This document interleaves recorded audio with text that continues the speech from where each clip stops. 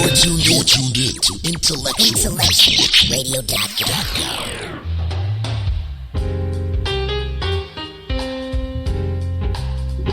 Thank you for joining intellectualradio.com with Talk of the Day with Tiff and Ray. We're here every Wednesday at 3 p.m. Central Standard Time. And we're brought to you by Kingdom Credit Repair, the place where you can go get your credit repaired if you're looking to buy a house, a home, a car, or you just need a good credit score. Give us a call at 773-979-0336. Thank you again for joining and welcome to the show. Welcome to the show. How you doing today, Ray? I am well. How about you, Tiff? Oh, I'm great. The weather is good. It's not too hot. It's not too cold. It's just right for me. I love it. Very comfortable. Yes. Very comfortable. Yes. Coming off a fantastic weekend. Oh, yeah. Your son just got married and everything. Yes. So it had to be beautiful. Great time. It had to be beautiful. Great time. So, yeah, we're going to, first of all, before we get to introducing anybody, we're going to piggyback off last week's show. We had the wonderful Darrell Lee, and she came and she shared with us and opened up her life with us in the world, about how she came from foster home and went from home to home and dealt with homelessness and then the spirit of vagabond and the spirit of abandonment, rejection, and all these things. What you think about the show last week? I actually thought the show was very, very informational because a lot of times we deal with people that come out of foster care and we just treat them like they're trash, or we treat them like their parent didn't want them. We don't open up and give them enough love.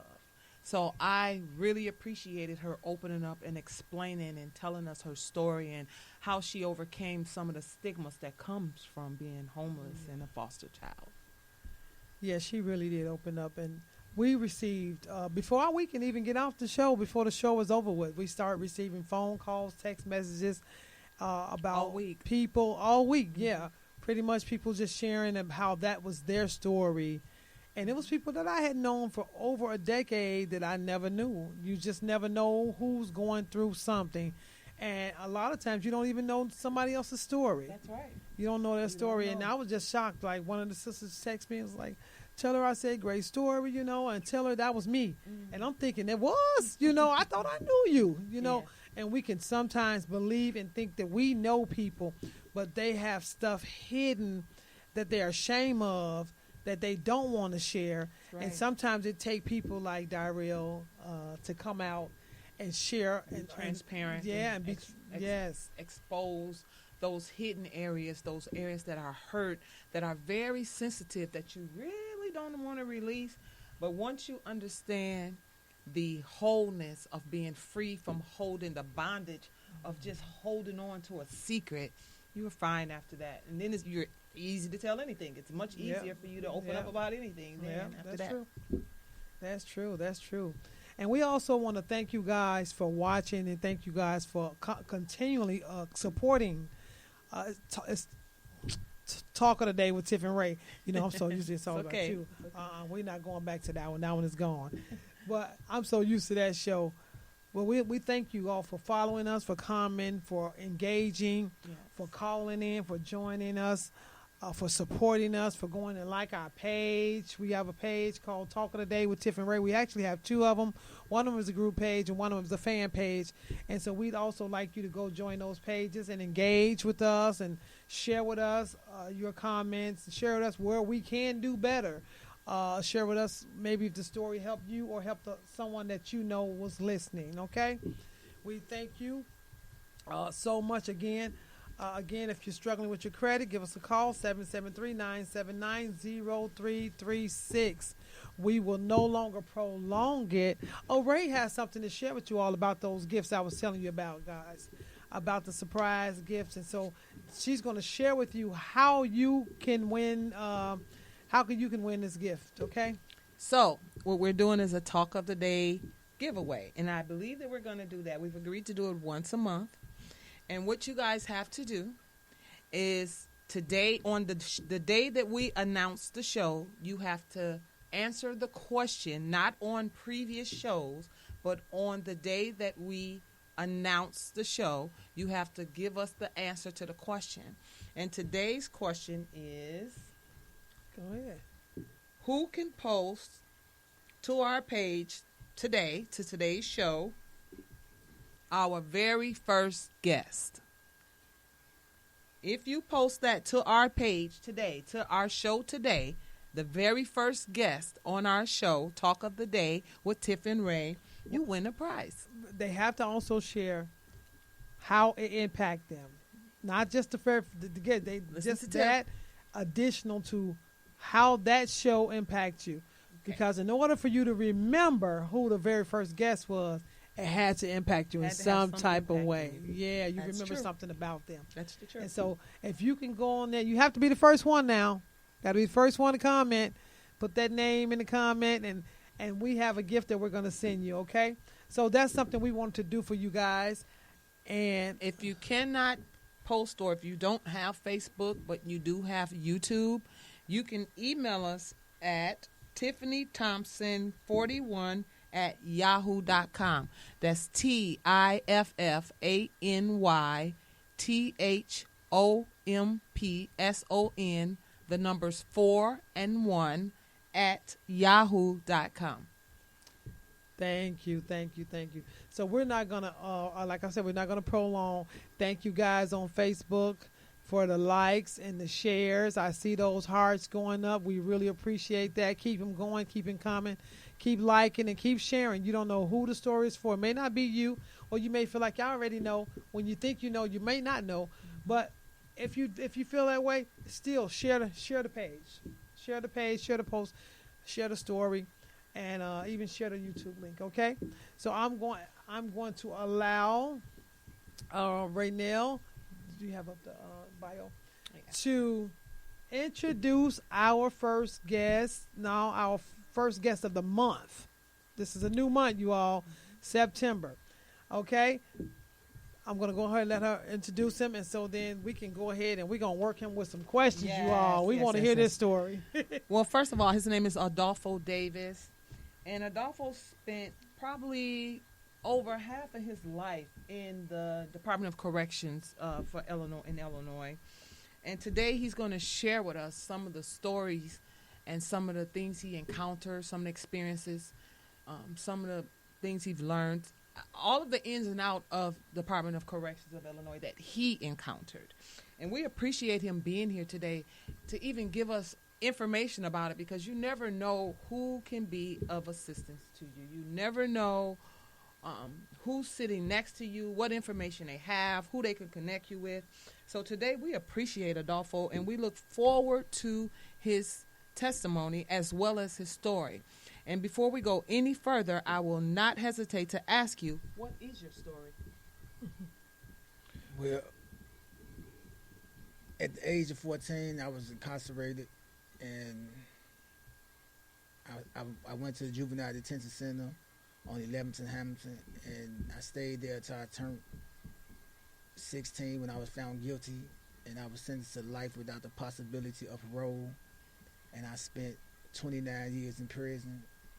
I have been out 15 months so far, and I'm still trying to adjust to being free and get rid of my habits of being incarcerated. So it's been a struggle, but I have a good support team, and I'm making it. That's wow. good. So the question that if I was watching that I would ask would be, what happened? What did you do? What occurred that caused you to have to spend those years, over half your life, in prison? Well, coming up, I had my grandmother who loved me dearly, and my mother was on drugs. My father wasn't there, and my family was like chaotic. So I turned to the streets, and being in the streets, you run into other kids like you that's searching for something, and we found love within the streets. So being in the streets, we ran into gangs, and we ended up joining the gang, and I can't really go into detail about my case because I still have a co-defendant that's incarcerated trying to regain his freedom. But I can say that I was incarcerated for being with someone that committed a crime. But I do not take away my responsibilities from my crime. I might not pull the trigger, but me being there caused somebody to die, so I take full responsibility for that, and I accept it. You know, I can't go back and change it, but what I can do is move forward to be a better person and trying to change someone else's life so they won't end up like I ended up, or like many of our kids now that's incarcerated doing life sentences and never getting out of prison, or have hung themselves and killed themselves while they was in prison because they could not deal with the fact of they would never get out again. So just coming up, trying to survive, landing me with the right people, but in the wrong time in their lives. You know what I'm saying? I'm not going to say they're the wrong people because something had to happen to them to make them become who they are. Right. So for someone to understand what I've been through, I had to understand that everyone has a story to tell. Everyone has something that made them become who they are. So that's what landed me into prison for 29 years. Can I ask you a question? What's the most important thing you think we should know about you that you weren't able to translate in that courtroom at your sentencing? I was a kid, but they sentenced me to life. They sentenced me to 2 life sentences plus 90 years on top of the life sentences. So I didn't know how much time I really had. All I knew I was going to prison. I didn't know I had life that I would never get out of prison until I was like 21 years old when I was in adult prison. And I was talking to one of my cellmates, and he was like, man, you can't sleep your bit off because when you wake up, you still gonna have life. And one of my co-defendants was like, man, yeah, we got life, boy. That means you never come home. And when I really realized how much time I had, I just gave up. I started fighting staff, fighting inmates.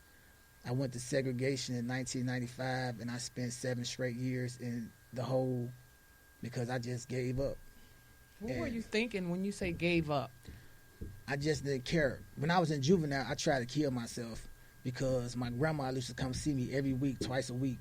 And when I'm in juvenile, I could look out the window and watch the bus stop. So when the bus stops, she get off, I know she here. And then when she leave, I watch her get on the bus. So one day I saw her crying at the bus stop.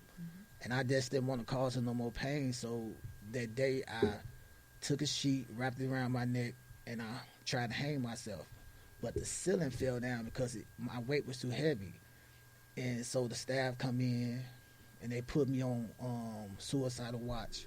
And my grandmother told me to promise me you would never do that again. So I promised her. So I used to try to make the staff or the inmate kill me instead of doing it myself. So I just was fighting, doing everything in my power to have them to take me out. But I only could say that the curator, the staff started liking me, like, Davis, sit down. And I'm like, I just called you a B. I just did this, and you still trying to help me. So that's that love. Right, so that love coming from staff, coming from other inmates, they just started like, sit down, boy, you're going to be all right. And that helped me look at myself like, man, it got to be something that's stopping them from doing this to me. I want to go a little further back. Prior to you being sentenced, you talked about how your father wasn't there and your mom was on drugs. So she pretty much wasn't there either. Right. And so you had your grandmother. What was that struggle like for you on a daily basis? Did you go to school? Were you in school? Did you get a chance to go to school? I used to love school until they started talking about my clothes. I used to have like 3 pair of pants and 3 shirts, and I like rearrange them every day to make it look different. And once they started talking about me, that's when I started to fight to get them to stop talking about my clothes, to make them scared of me. So I started, like, back in the day, they don't do that. Everybody got a washing machine and dry it now. So we used to hang our clothes on the back porch. So I'd be just walking, I see people clothes hanging up, and I go steal it. And so one day I stole this guy's shirt, and when I went to school, he was like, man, that's my shirt. I like, it ain't your shirt. And then I didn't know he wrote his name on the tag of his shirt.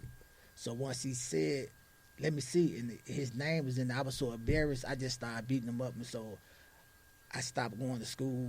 That's when I really started, like, trying to find ways to buy my own clothes, and that's when I started selling drugs and things like that. So it sounded like it started off with them bullying you first and teasing you and talking about you and what you didn't have, until you turned around and turned it around and you started being the bully. Right. You know, not on purpose, but just pushed into the corner, pushed into that situation because no other choice. You know, you found ways to come from being teased and being bullied by stealing the clothes. Maybe if I stole some clothes, people will like me. People will stop.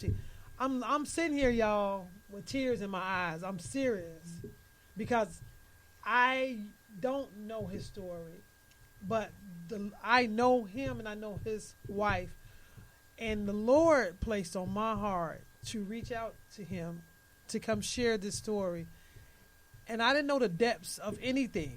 I just met him a year ago. And it's really touching because if you look on the internet, so many kids are being bullied. They go to school and they're being bullied. True. And they don't want to go to school and they don't want to tell their parents. They tell their parents, and I'm going to use my grandson for instance. He's only 8 years old, but at the time he was 6 or 7, and he was being bullied. He doesn't live by me, near me. So his mom called and was like, he finally told her he was being bullied, but he was scared. He didn't want his mom to go to the school and address it. He didn't want her to tell the principal because now there's shame and embarrassment of what the kid's going to say and do.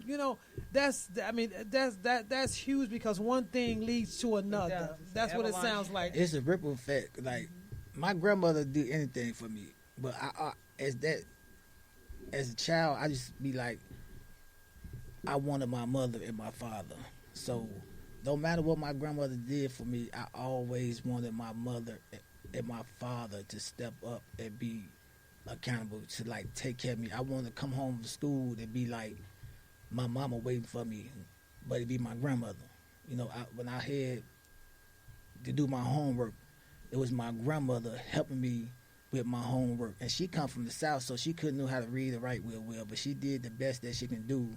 I got a lot of F's because she was wrong, but it was so, yeah. She loved me to death. But if I would have just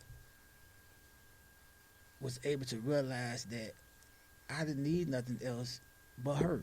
Mm-hmm. And it took me to be incarcerated away from her to realize, like, the love I was searching for in my mother and my father is all right here in this one person. But I was gone already to realize that. And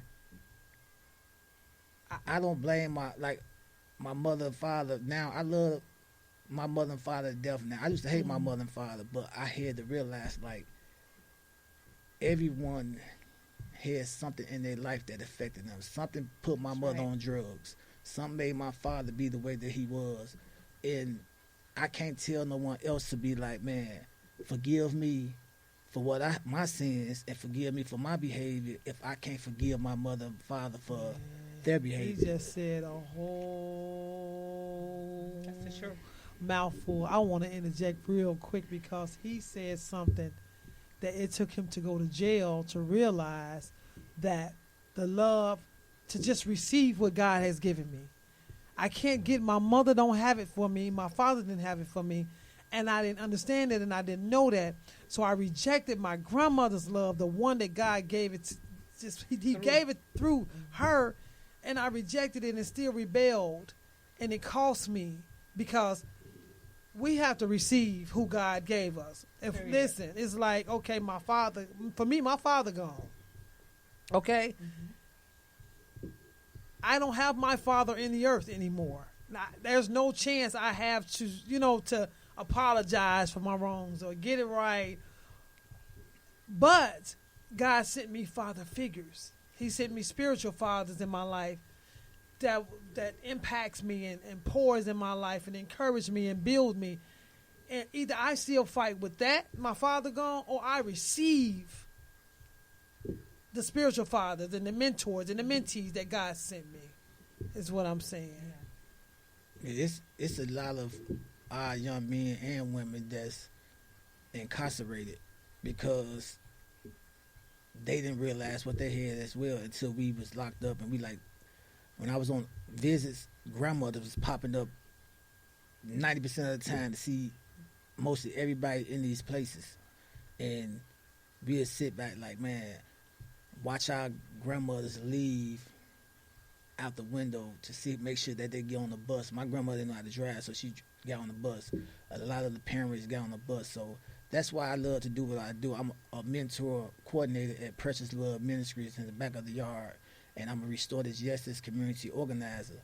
So I love connecting with our kids because to show them, like, don't miss your blessing, because you might not have no father, you might not have no mother, but there's someone in your life that loves you, that's going to protect you, but we so much in pain because we want it from this place that we are blinded to what's right in front of us.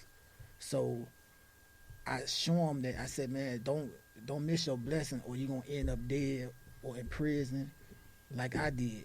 So speaking to my kids is they understand me and they see what I'm saying, because all you need is love, and it don't matter where it's coming from, as long as it's coming from a pure place. Accept it, because that's what's gonna help you heal and move forward. Like Restorative Justice teaches, like, you have to bring healing back into the community, healing back into the families, and rebuild that structure that has been broken. So if you're a victim and I'm the offender, we had to come up with some type of way to come together to understand how did we get here in the first place, and then heal from there. Not saying you don't be held responsible, but we can find better ways to hold a person responsible instead of sending them to prison. We have to build relationships with the person that I have harmed and help heal that wound and let them understand, like, why I committed this crime and how did the crime affect and the person, that the victim, explain how that my behavior affected their life. And so we build this relationship, and therefore we can be able to move forward to help our community better, because if I understand what I did to this person, how this person felt, now I can feel empathy. Mm-hmm. I can feel what I have put this person through, and then this person can understand why I did what I did. Like when I was 9 years old, I committed robbery because I was hungry. Right. But the police who arrested me did not ask me why I was committed. That's right. I understand. And they sent me to the ID home. Mm-hmm. And that was the first time I felt safe when I was in the ID home. I had 3 meals a day. I had to worry about how I'm going to get to eat. I had my own room. I had to worry about buying clothes because everyone wore the same thing. So I started going to the ID home on purpose just to escape. So let me tell anybody, if you are just tuning in, you are tuning in on time. Thank you for listening to intellectualradio.com and Talk of the Day with Tiff and Ray. And our special guest today is Adolfo Davis, and he is sharing with us how the grace of God, the Creator, as he called him, the grace of God, helped him beat a system. He was sentenced to life plus 90 years. He was never to see daylight. He wasn't. He's according to the system. He's not supposed to be sitting right here today. Right. So even if you have any questions, comments, call. If you feel if you're not afraid, it's okay. If you want to comment, that's fine. But give us a call 708-223-8953. Give him a call, and maybe he can help your child, maybe your daughter, or maybe even help you deal with them in a better way. Again, the number is 708-223-8953. See, a lot of times, like, our adults don't listen. When I work with my kids, that's the main thing. They don't listen. Like, when I was a kid, they took me to a psychologist. And I used to try to talk to my psychologist and tell them what was going on. And all they was to diagnose me with what they want my problem to be instead of what I was telling them my problem was. So that made me stop trusting in them. That made me stop talking to them. And that's going on today. Our adults don't listen to our kids. The things our kids going through today is way worse than what I've been through. They killing, they on drugs. When I came up and I was in a gang, I dare you do some drugs. You're going to get beat up. You're going to get violated. Now they on drugs. It's no consequences of their actions. That's true. And in hindsight, all they doing is looking for approval. All they doing is looking for someone to reach out and grab them. Like, man, come on, you don't need to do that. But we, as adults, so stuck in our ways sometimes that we think we know everything. We don't listen to listen. We listen to respond. And that's what I see in the parents that I deal with.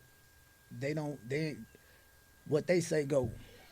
And that's what make our kids go out there and do things and end up dead or in prison. Right now, it was 103 of us who have been sentenced to life without the possibility of parole as juveniles. And the system don't take into consideration that if I get found guilty under this statute, well, let me take that back, they do, because it's their law.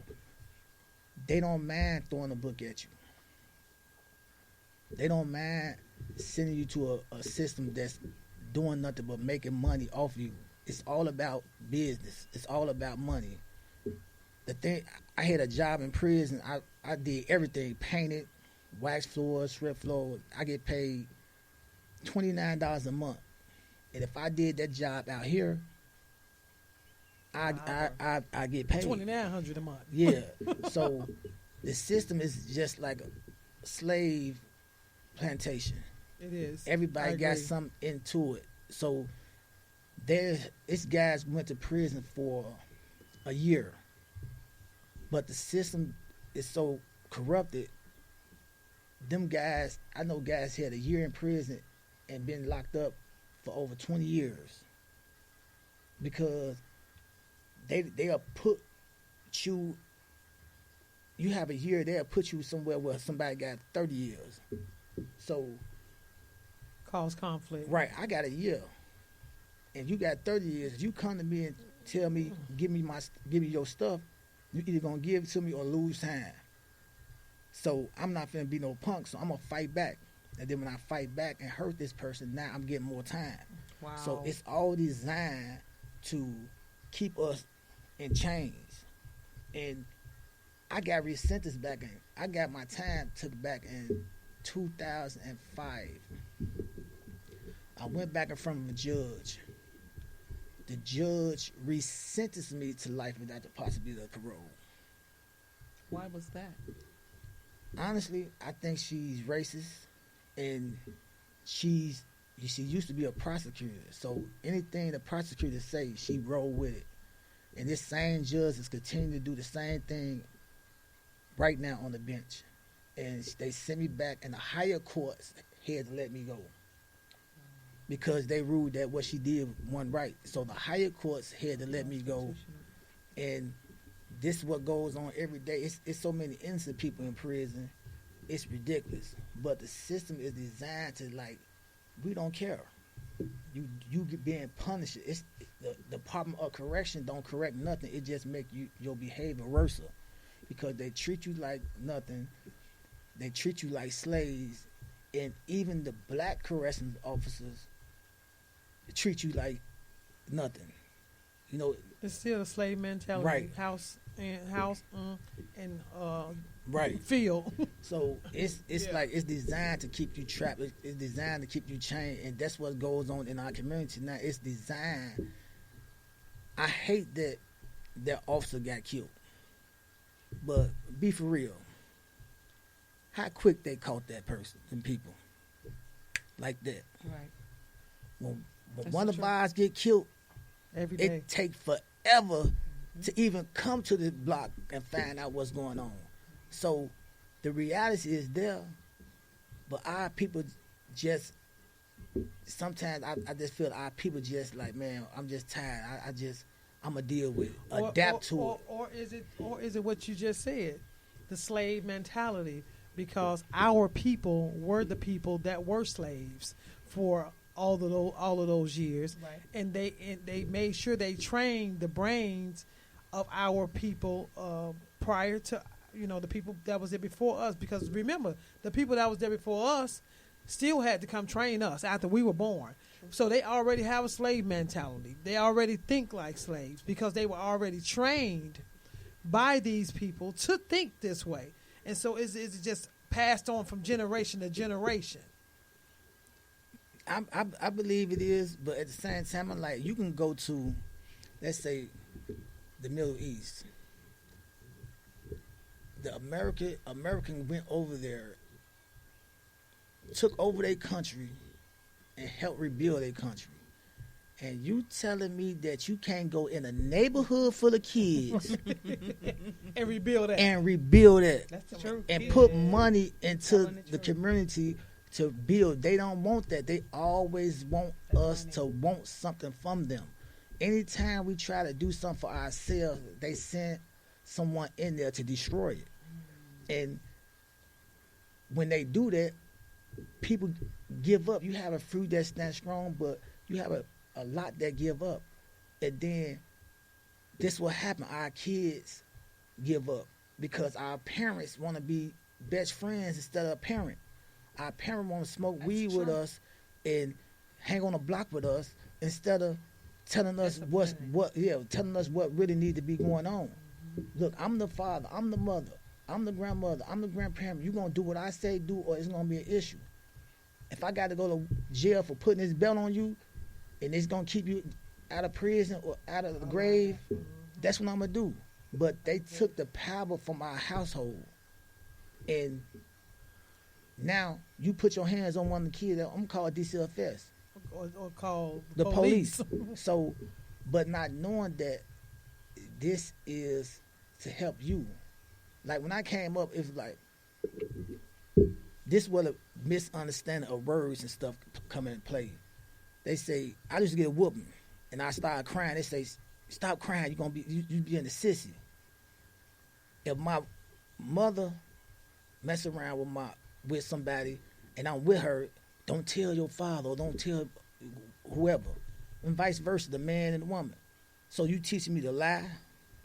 You teaching me that being weak is a sissy.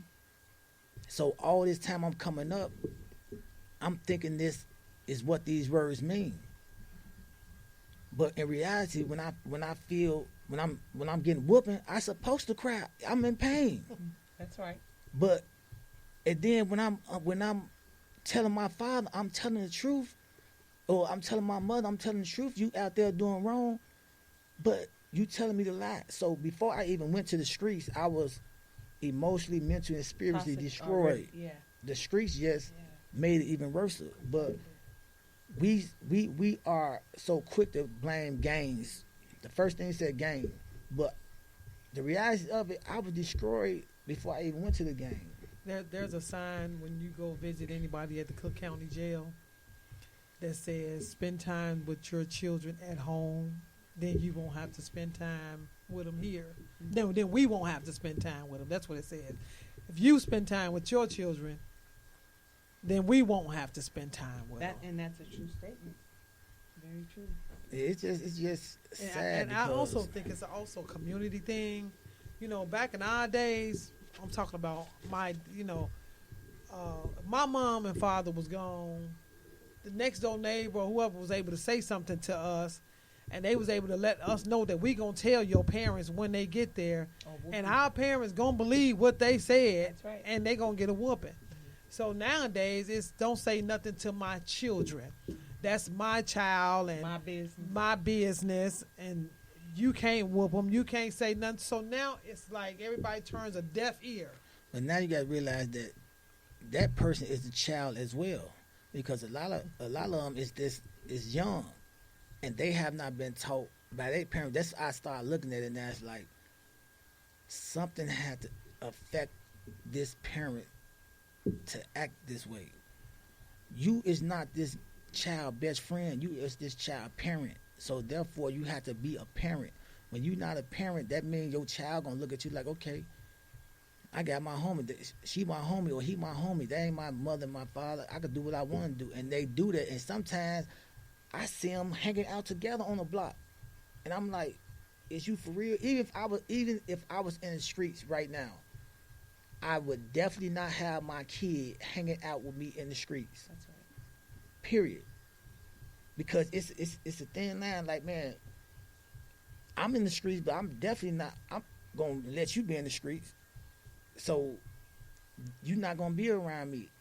And the system, like, design. That's why I love doing what I'm doing, because I'm able to show them, like, man, y'all have so much ahead of y'all. I'm just hoping that some parent that's watching, who's listening, or who child or husband or son or niece or nephew or whoever may be in jail, and they may not be guilty. You know, they may be innocent, and then somebody in there may be guilty, but they have seen, and their eyes and ears are now open, and they're awoke, and that God, you know, is a God of another chance. That this brings them to hope. That this story brings them some type of hope, and not give up. Yeah. To fight, because he was saying he tried to kill himself so many times, and it's easy to check out versus stay and fight. You know, it's easy to say I give up, I quit. And it's a whole different ball game in prison, because you in the cell. I went years without getting mail, and it hurt. Without getting who? Mail from family. Mail from people. Oh, mail. I thought you said a meal. I'm like, no, okay. Mail. So I'm done. Like, hey, bitch. if I made it years without eating, I'm a miracle. But now it's like when you in prison, you look forward to hearing your name called for mail. That like mean the world to you. So when you don't get it, it's like, man, did you hear mail being called all the time and you don't never get it? It's painful. So I used to write myself sometimes and let it come return to sender. They just call my name so I could feel something, and the people around me be like, oh, he getting mail. You know, and people go through this every day in prison. All like white folks, like if they done kill the whole block and they family gonna be right behind them, like, Yes. he got mental problems, but we ain't giving up. Yes. Black people do not do that. We so quick to give up on ours once they commit a crime. We don't want the church to get down on us. We don't want the community to get down on us. But that's my family. The Creator say, man, the number one thing, forgiveness. Okay, ain't nobody Jesus. Ain't nobody perfect. People make bad decisions and bad choices in life. That don't mean we got to throw the book at them and kick them to the curb. Write your family members that's incarcerated. You don't have to be involved with, but just send a card. My grandmother used to just send a card. She didn't even have to write well. She said, I love you, and melted off. And when I got it, it brought me so much joy and so much love. I was so happy to just get that. But we so quick to cut each other off. And then you realize the person innocent. Now you want to come back. And it's hard to be like, man, how you going to leave me?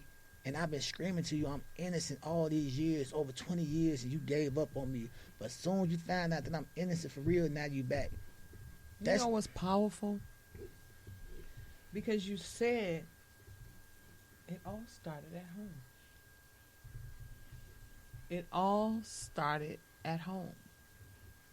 It started because he did not have both biological parents in the home. And he just had his grandma, who did the best she could. But because there was no influential male figure there, just to help him with the things that little boys need help with, it caused him to make some decisions that took him on a 29-year adventure. And we thank God for you not just surviving, but coming out in your whole mind. And being willing to talk about it. Open because and transparent enough we to have be people able to that discuss it. Yeah, won't It's even talk one- about what they've been through. Besides my grandmother and a couple people in my family, it's one person that I met while I was incarcerated. His name is Father David Kelly. Like he the founder of Precious Blood Ministries. Okay. I met him when I was 13 years old, incarcerated for another case. Then I caught the case that I was recently incarcerated for in 1990. He stood by me for over 30 years. He wrote me. He came to visit me. He sent me money. If something's going on in my family and they needed something, I say, Father, my family need this. He'll make it happen. And when I got out of prison, before I got out, I was mentoring kids through the mail and talking to them on the phone. And when I got out of prison, he gave me a job. And that's what I'm talking about. It's like, our kids don't need no sometimers. Right. We need someone that's going to be like, here, Unconditional. I'm here. I ain't going to be like, here and disappear and then not show up again. They need somebody constant that's going to show them like, I love you, I care for you. I might not can't see no money. I might not can visit. But a stamp only costs, I don't know how much a stamp costs now, but it's like 50 cents in the envelope. When I was in prison, I used to make me an envelope out of typing paper when I ain't had no money to buy an envelope. Out of typing paper. That's all it takes to bring somebody out of the darkness and into the light. That one letter can change a person's life when you stuck in them prison cells. And that one hug, that one conversation, that one drive to the movies, that one drive out here that can change that child's life. To know that I can go home, but I know I can call this person if I'm in need, just to have somebody to talk to, because I can't talk to my parents or my parents not there. That's all it takes. And we so stuck into this like phones and internet that we don't want to write no letters to nobody in prison. But whoever has someone in prison, I'm begging you to take a few minutes out your day to send a letter, just to tell it. You just say, man, hold your head up. And that can change the whole course of that person's life. Y'all heard just that. Y'all heard them? Let me ask you another question. Don't write it off. The night before your release, tell me what you felt. I just felt like I still feel like it's a dream. I have not had good sleep in years. And when I got out, it only became worse. Because when I was in prison, I used to dream about being home. And it looked so real that when I wake up, I'm back in prison. But out here, I dreamed that I believe this a dream. And so I don't go to sleep because I can't wake up. If I wake up in this, I'm just being honest, if I wake up in the cell, whoever next to me gonna either kill me because I'm swinging, because it's that painful. Like you waking up, like I used to have so many beautiful dreams about being with my grandmother, and then I wake up in a prison in a cell, and I just start crying and I just start shaking. I just want to kill myself, but I said I can't do that because I promised my grandmother. But it's hard because you want that freedom so bad. So right now, today, I still don't sleep because I'm afraid I'm gonna wake up in prison. Do you get counseling? Yes, and my counselor said, just do this. When you was in prison, remember when you went to sleep in prison, you woke back up in prison. Just remember when you go to sleep out here, you're gonna wake back up out here. And I've been doing that, and I've been cool. You know what I'm saying? I've been okay, but the fear's still there. That like, man, what if I'm in a coma or something? I got into it in prison. I'm in a coma. Oh, this is a dream. I'm finna come out of coma. So it's very, very real, and so I try to have as much fun as possible. I try to enjoy this so much, and just in case I do wake back up in prison, I try to enjoy it. So I'm still working on trying to get as much. I can go to sleep at 5:08. 5:59, and I wake up at 6 o'clock, and I'm going throughout the day. I almost grabbed him and laid hands on him and break that devil, get that spirit off of him, because it is a process. It's mental. It's a process. It's definitely mental. But I want you to know that our God, and I believe we say to serve the same God, He gives His children rest. So it's not a dream, okay? It's not a dream. It's okay. It's okay to sleep. It's okay. You won't wake up in there. I believe you are doing a good job. I believe God is pleased with you that you decided to take what was meant to kill you and destroy you, and you get out on purpose and walk straight into purpose. That's right. And purpose is utilizing it, finding some other kids, and I'm going to fight with all that's in me to give them what I have, to give them what I know. And even if they decide to go left or right, it's the same way with our children. Blood ain't on your hands. If it decide to go left or right, I gave them. Right. I shared. I told. I took, because you go on field trips with the kids too, don't you? Yeah. So, you spend time with them. You did everything that wasn't done for you. You decided to come out and give it back. And it's scary, because I be like, when they leave my sight, I try to call them as much, make sure they're all right, because I don't want to be like the people that was there for me. I used to be in DCFS custody when I was a kid, and they'll come and take me somewhere and bring me right back to this madness, and I won't see them again until they decide to take me somewhere else. And I'm like, I can't be that. I want to be a presence in their life as much as possible. Let them know if you need me, call me. If I can do it, I'm there. It's just not about a job. It's compassion. And I want you to know that I'm here to listen. I'm not here to judge you. I just want you to know I'm here. And they understand that. I just don't want them to end up down that path. And the crazy part about it, back to what you asked, I had to pass a math test to come home.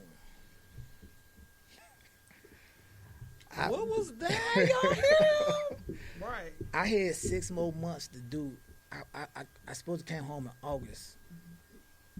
No, it's in October. But in prison, you do, I got locked up in 1990, so I do half of my time. So I copped out for 60 years, so I only do 30 years. So I had over 6 more months to do, but if you finish your GED and things like that, they cut time off. So I took my math test twice, and I failed by 1 point. And this is how the Creator works. Once you fail once, ain't no more taking it to 2 more months. And the day, that Friday, I told my fiance, and I told my family, I said, I'm not taking this math test no more. I'm just going to do my time because it's too much pressure. But I was taking it. I just ain't want them to know. So when I went to school the next day, the principal and my teacher was like, man, we want you home, so we're going to let you do it until you get it. Every day you got to come here. So I went. It was on a Friday, and I did my math test. My teacher come, and they was checking it. The principal and the teacher was checking it. And I'm sitting there nervous, and he turned around like, man, you did. Going home. And I just started crying. And I say, you for real? He like, yeah, you going home. So it was a Friday, and it was too late to go home that day. So I had to wait that was like the longest weekend in my entire life. No, it was. So I had to wait. And the crazy part, this is how I say the Creator worked. Once I passed my test, they shut the prison down for Corona. Wow. So you wouldn't have never been able. I would never got out of there. I would have had to do my whole time. And more. I came home the day I passed my test, the day they shut Chicago down. And they shut all the IDOCs down where you can't get no visits, you can't go to school, you can't do nothing. So that's why I say, like, the Creator, like, here, you got this. He purposed it. I want you to share some information. If it's some information for some parents that need to get their children into maybe some after school stuff, or maybe he's not in school, maybe they out of school already and just has bad behavior, or just for whatever reason, doing things that they shouldn't be doing and going places they shouldn't be going. And because when I grew up, we had the Martin Luther King. We went to Martin Luther King little after school place, and then we had after school programs, and then we had stuff like that. And I don't have small children anymore, so I don't know what they have out here. But do you know of any programs or anything? Yeah, at Precious Blood Ministries, a reconciliation in the back of the yard on 51st and Elizabeth, 5114 South Elizabeth. We have many programs, art. We have ceramics. We have not ceramics. We have pottery. We have wood shop. We have a garden. We have music class. We have many programs for our kids, basically mostly for people in the back of the yard, but we have a radical hospitality approach where if you come there and we can do it, we're going to do it, or we're going to find somebody that can do it for you. And if you feel like you need someone to sit down with your kids, we have programs for young women.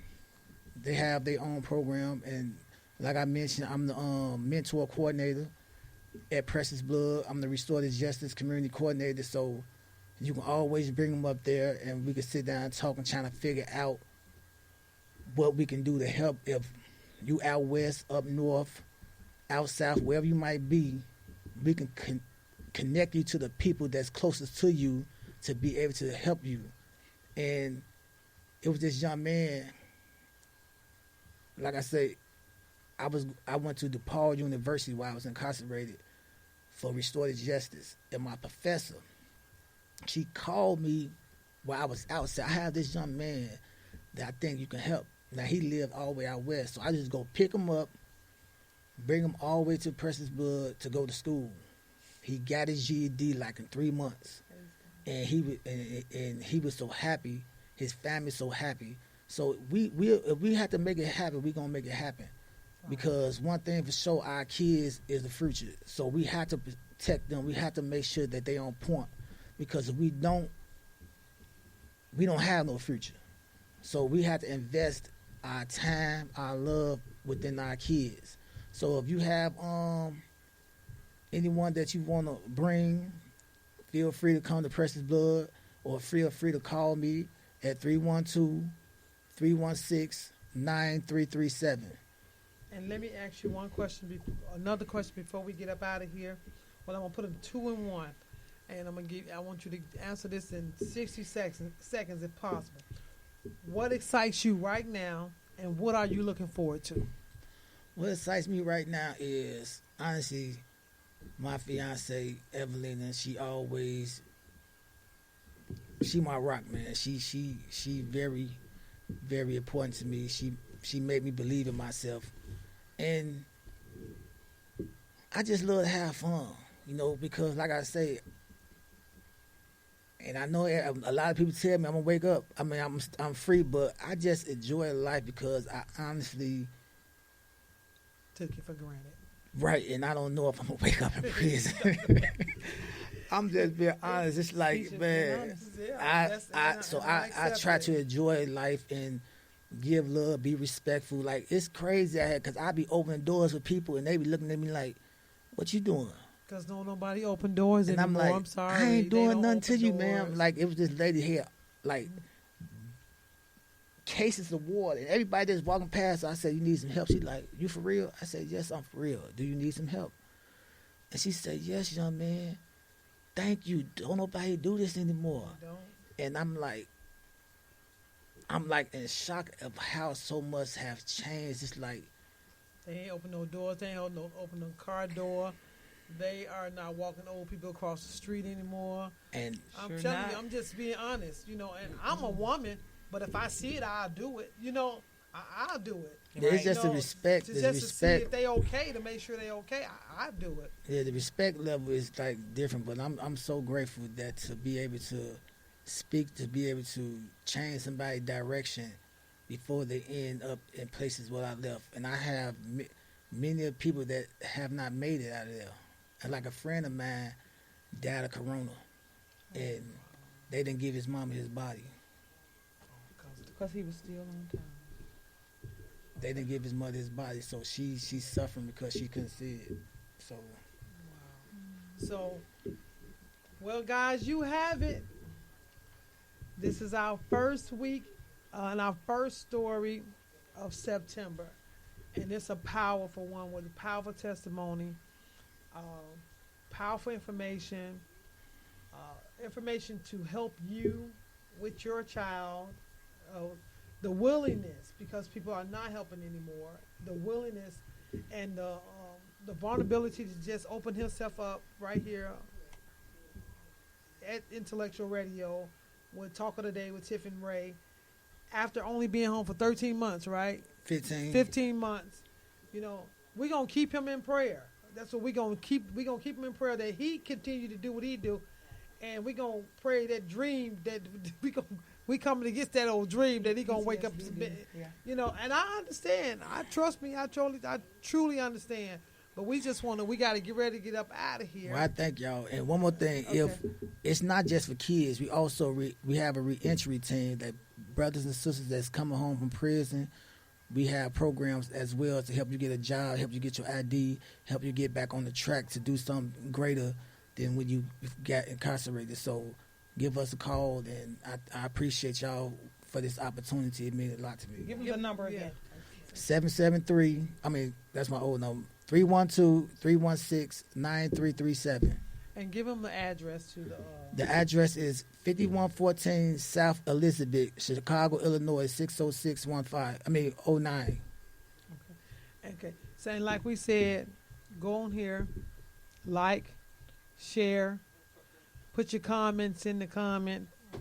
Go to our page, Talk of the Day with Tiffany Ray. If someone missed this, don't think, oh, wow, they should have been here. They should have heard this. They're going to miss. This will stay up for at least 30 days. Yes. So we're going to share it over into our page, on both pages, Talk of the Ray, the fan page and the group page. We will share it over there.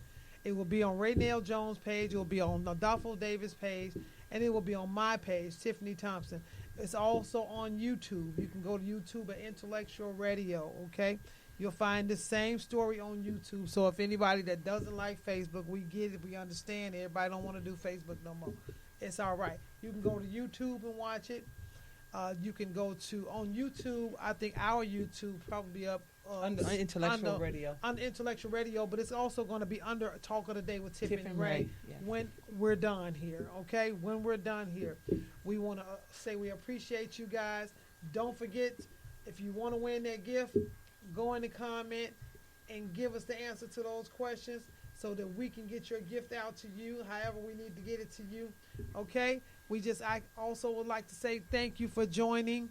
Thank you for listening. Meet us here again next week, next Wednesday, okay? Same time, 3 p.m. Central Standard Time on Intellectual Radio. We're talking today with Tiff and Ray, and we thank Adolfo Davis for coming out. Thank you, Adolfo. We thank him for coming out, and we thank him for sharing. And God bless you guys.